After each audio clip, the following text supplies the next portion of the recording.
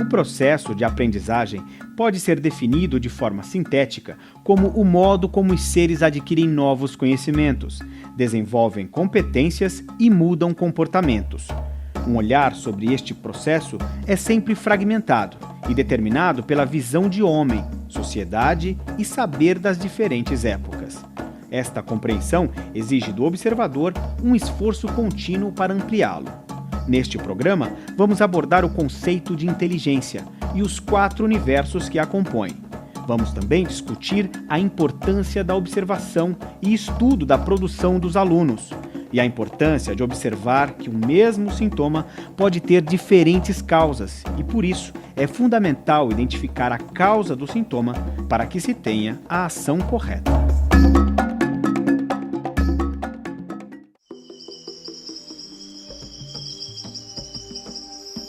Histórias de crianças que cresceram entre lobos, ursos, macacos e carneiros aparecem de tempos em tempos. Uma delas é a história de Victor de Aveyrons, uma criança que aparentava ter entre 12 e 15 anos e que foi capturada num bosque da França, na virada do século XVIII para o século XIX. O menino viveu afastado de um contato normal e periódico com outros seres humanos a partir de uma idade bastante precoce, provavelmente por volta de 2 a 3 anos de idade. A história de Victor foi de grande importância na nossa cultura, pois teve profundo impacto no ideário pedagógico até nossos tempos atuais.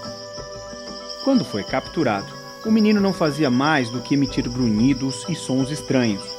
Não reagia às interpelações nem a fortes ruídos e cheirava tudo o que levava às mãos. Sua locomoção era mais próxima do galope, andando também de 4 quando alcançava grande velocidade. Esta criança foi submetida aos mais variados exames físicos e intelectuais, sob orientação de diversos cientistas e médicos, entre eles o bastante conceituado Philippe Pinel. Pinel conclui que o menino teria sido abandonado por apresentar sérios problemas mentais e não haveria esperança alguma de educá-lo.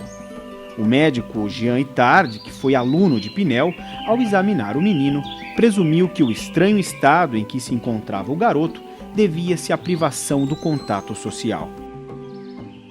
Assim, com o apoio do governo francês, Itard encarrega-se da educação moral e intelectual do menino, com a ajuda de uma governanta, Madame Guérin. Esse processo dura 10 anos, ao final dos quais, pelo pouco progresso nos resultados e desânimo de Itard, é interrompido. O menino selvagem fica então sob a guarda da governanta, vindo a falecer em 1828, com aproximadamente 40 anos de idade. Em um dos últimos relatos que se tem notícia sobre o menino, disse que ele permanece amedrontado, semi-selvagem, e não pôde aprender a falar, apesar dos esforços realizados nesse sentido.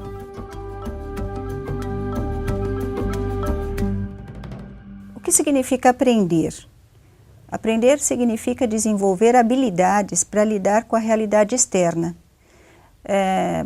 Desde a habilidade de falar, de se relacionar, de comer, de estudar e aprender questões complexas que são tratadas no mundo escolar. Para aprender, nós necessitamos da nossa condição humana e também nos transformamos em humanos a partir da aprendizagem. O processo de aprendizagem envolve uma participação integral do sujeito desta aprendizagem. Ou seja, quando aprendemos, estão envolvidos neste processo nossa inteligência e os processos cognitivos, nosso corpo como instrumento de apreensão dos objetos de conhecimento, nossa condição afetiva e emocional e a condição biológica do nosso organismo.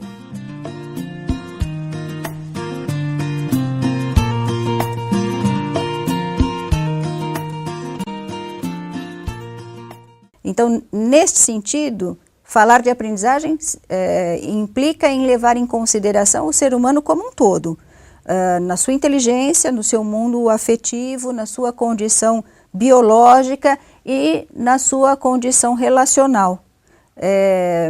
Por quê? Porque interagir com a realidade externa requer tudo isso. Eu preciso do meu corpo para entrar em contato com a realidade externa. Eu preciso da minha inteligência para pensar sobre essa realidade externa. Eu preciso ter vontade, disposição para essa interação acontecer. E preciso que o meu organismo esteja funcionando de uma maneira que favoreça esse processo. Então, esses aspectos todos eles devem ser levados em consideração quando se trata de pensar a aprendizagem. Então, seja na sala de aula, seja no consultório, o profissional que vai tratar desta questão, ele tem que olhar para aquele sujeito e se perguntar: a inteligência vai bem? Este corpo é um instrumento eficaz na execução das tarefas? Biologicamente, a condição desse sujeito está favorável?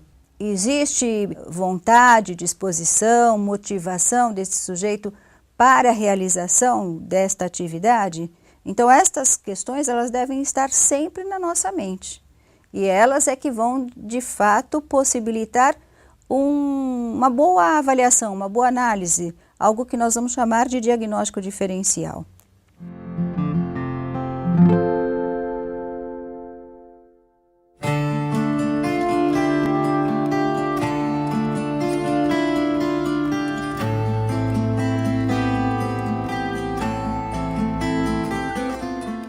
Quando falamos de inteligência, na verdade falamos do universo da ação, universo da representação, do universo do pensamento e do universo da teorização.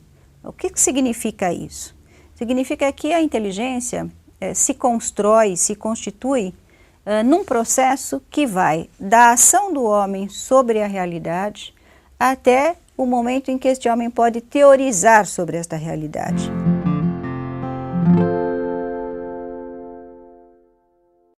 O primeiro momento seria o momento que nós chamamos de universo da ação, que significa a importância da criança, do ser humano interagir concretamente, a partir de ações concretas sobre o objeto da realidade, para construir condições internas para o segundo momento, que é o momento da representação.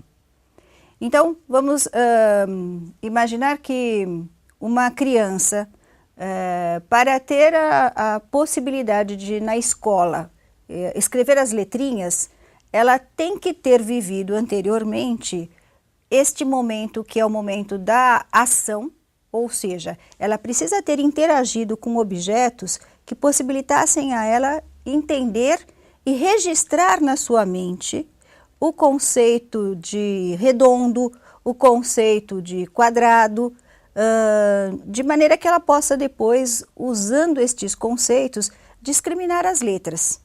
Então, quando uma criança interage com um objeto, ela constrói sobre esse objeto as primeiras noções.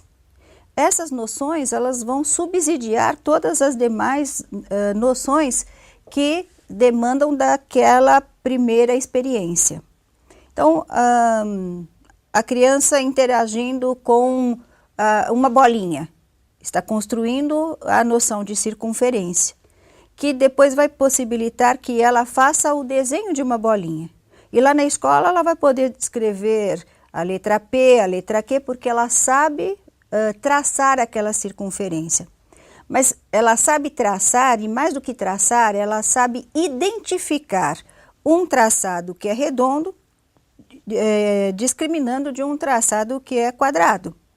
Então, é com relação à sua condição de pensar sobre e decidir que movimento ela deve realizar para construir aquele elemento gráfico.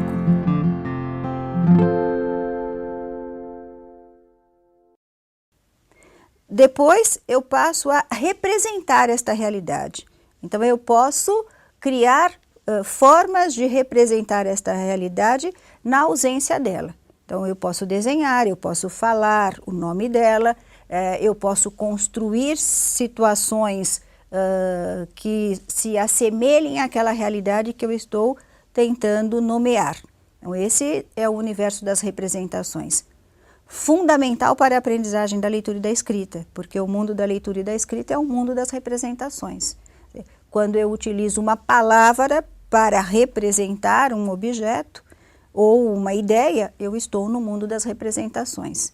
Então, eu não posso ter chegado no mundo das representações sem ter passado pelo mundo da ação, porque eu não tenho recursos mentais para construir alguma forma de representação se anteriormente eu não interagi concretamente, não interagi através da ação com determinados objetos.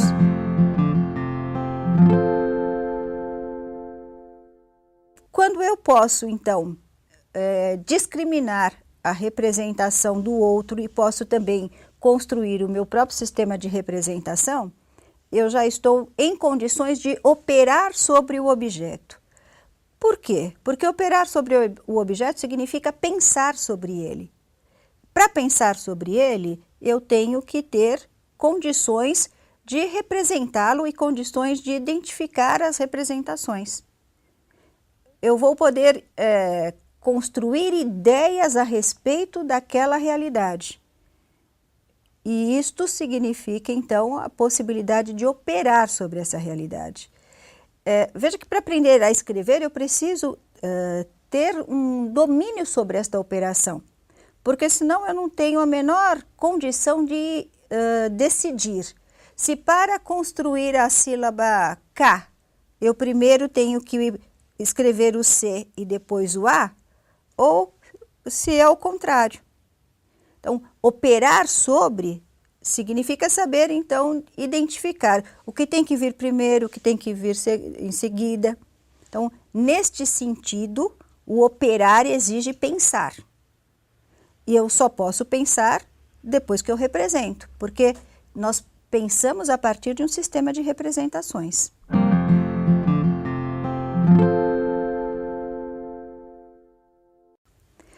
O próximo momento seria, então, o momento de teorizar sobre o objeto. Ou seja, eu vou extrapolar aqueles pensamentos que eu já realizei no período da operação. Porque no período da operação, eu penso sobre as possibilidades que o objeto me mostra. No período da teorização, eu vou além. Eu começo a desenvolver uma linha de raciocínio sobre o objeto. Vamos pegar um exemplo. Eu posso entender a lei da gravidade no período da operação, soltando um objeto e vendo que ele cai. No período da teorização, eu não preciso mais soltar o objeto para vê-lo cair. Eu já tenho isto construído na minha mente e já sei que existe a lei da gravidade e já posso trabalhar com esta hipótese sem ter a necessidade de visualizar aquela situação. Então, eu estou no mundo da teorização. Eu já construo pensamentos que vão além daquilo que aconteceu. Eu não preciso ver o acontecimento. Eu já posso tirar conclusões, eu posso fazer deduções, eu posso fazer induções. Várias são as causas que podem contribuir para que a aprendizagem não ocorra. Identificá-las faz parte de um processo permanente do educador, e parte desse processo se dá na observação da expressão e da produção dos alunos. Esta expressão se explicita nos trabalhos acadêmicos, mas também na linguagem corporal, na esfera emocional, nas relações com os amigos e professores, nos comportamentos, na expressão livre. Estas informações são fundamentais na consolidação de um diagnóstico.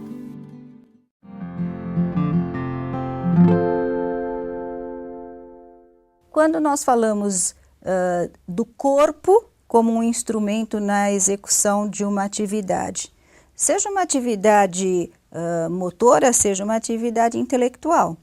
E quando nós falamos do organismo, nós estamos falando de coisas distintas, embora se apresentem com a mesma característica, né? O que significa isto? Significa que o organismo humano se apresenta de uma maneira semelhante para todo mundo. Então, todos temos um organismo que constitui o nosso corpo. Então, esse organismo são o conjunto de órgãos e células e o funcionamento destas células e desses órgãos me mantendo em interação com o mundo. O corpo é a maneira como eu me coloco neste mundo, como eu posso utilizar este meu equipamento orgânico para a realização das diversas atividades da vida. Eu disponho de um corpo que, do ponto de vista orgânico, encontra-se íntegro, portanto, não existe nenhuma doença, nenhuma alteração genética, cromossômica, enfim, nada que me impeça de realizar uma determinada atividade, como, por exemplo, falar. Eu tenho uma criança com o seu equipamento fonoarticulatório íntegro, no entanto, ela não consegue falar. Por quê? Se não há falhas no equipamento fonoarticulatório. Porque a maneira como ela lida com o seu próprio corpo a impede de ter um bom controle sobre ele, de forma que ela não encontrou, não está apta a mobilizar esses músculos para a execução de um determinado som. Este é um exemplo.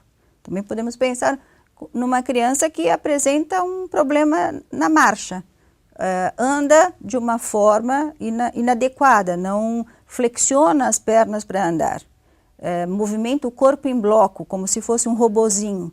Mas se você olhar do ponto de vista orgânico, não existe nada que justifique aquela postura. Porém, essa postura simboliza ou mostra a maneira como aquela criança se apropriou do seu corpo e a maneira como ela pode utilizar esse corpo na realização das diversas atividades. Então, isso tem a ver com o que nós chamamos de corpo construído especularmente. A forma como ela se posiciona, a maneira como ela se desloca, tem a ver com o sentido que o corpo tem para ela, o sentido que ela deu para a própria existência dela.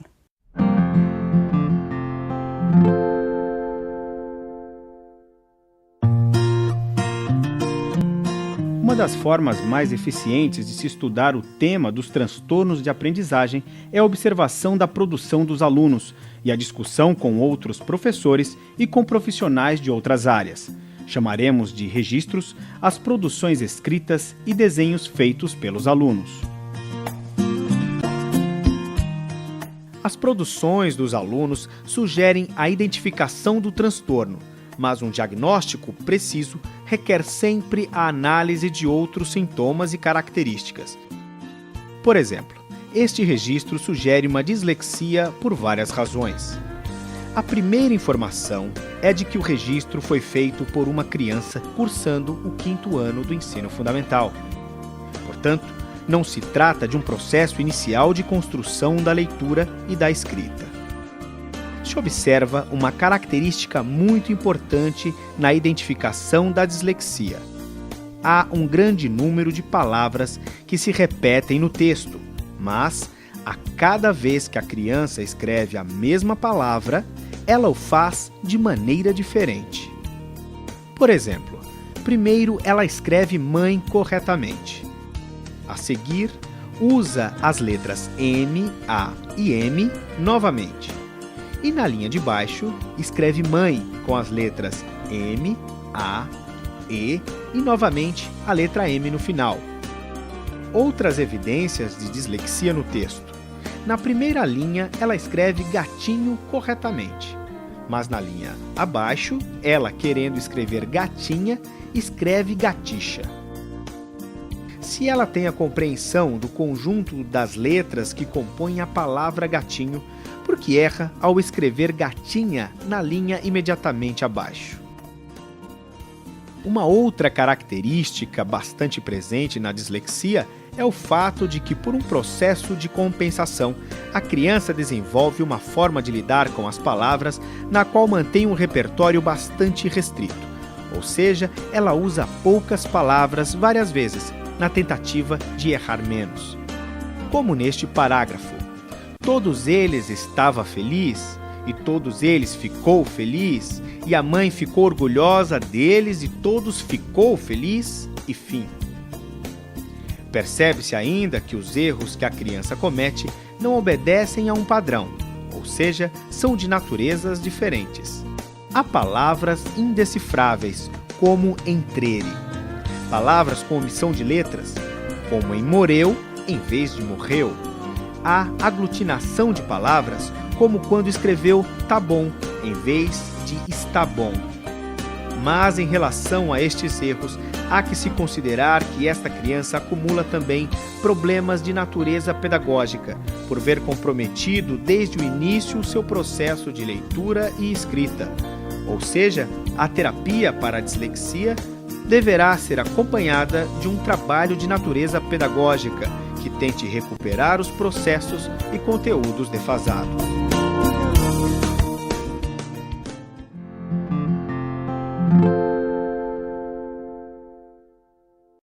Ao falar sobre as causas das dificuldades de aprendizagem, é importante que a gente retome algo que já foi tratado, que diz respeito, então, às dimensões do ser humano que estão envolvidas no ato ou no processo de aprendizagem.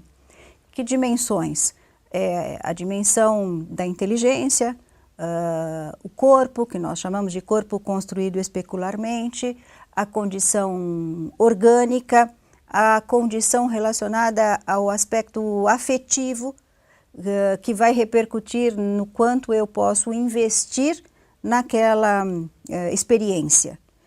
E por que é importante lembrar dessas dimensões? Porque as causas estão diretamente associadas a essas dimensões.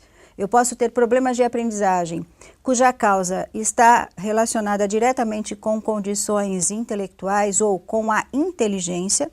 Eu também posso ter problemas de aprendizagem cuja causa esteja relacionada com uma condição orgânica. Identificando a causa é que eu posso saber qual a melhor forma de tratamento.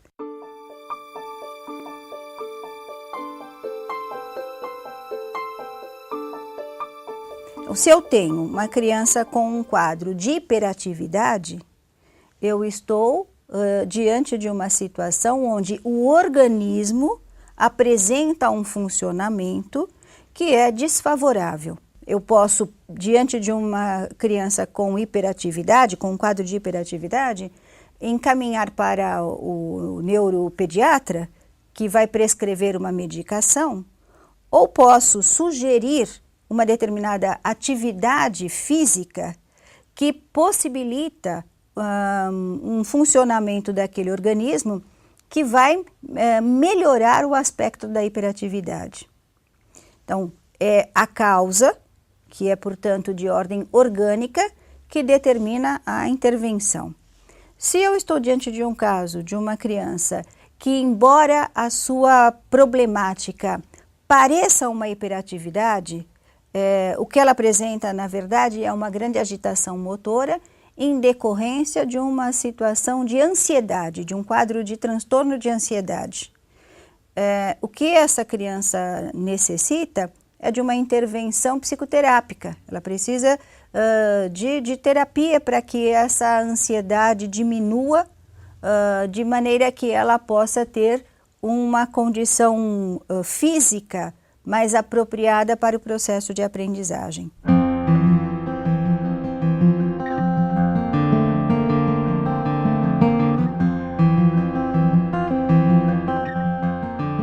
Então, as causas dos problemas de aprendizagem, elas podem ser tanto de ordem interna, ou seja, relacionadas à estrutura do próprio sujeito, como elas podem ser motivadas por fatores externos. E quando se trata de problemas escolares, muitas vezes estas causas externas estão diretamente relacionadas à escola, à relação com o professor, à metodologia do professor, enfim, a questões que são diretamente do âmbito pedagógico. Se eu sei que o problema desta criança tem como causa algo que está relacionado ao aspecto pedagógico, a intervenção não é com a criança, a intervenção é com aquela situação externa que é desfavorável para o processo de aprendizagem. Então, é o professor que precisa mudar a sua metodologia ou a relação do professor com a criança que deve ser modificada. Eu posso até intervir junto à criança, sim, no sentido de restabelecer o que se perdeu, mas eu não posso deixar de lado o fator gerador, o fator desencadeante. Muito importante também considerarmos a possibilidade, que aliás é bastante frequente, de que estas causas estejam associadas. Eu tenho um sujeito com uma condição interna que prejudica o seu processo de aprendizagem e ainda uma situação de realidade externa, um meio externo que compromete ainda mais aquele processo de aprendizagem do sujeito.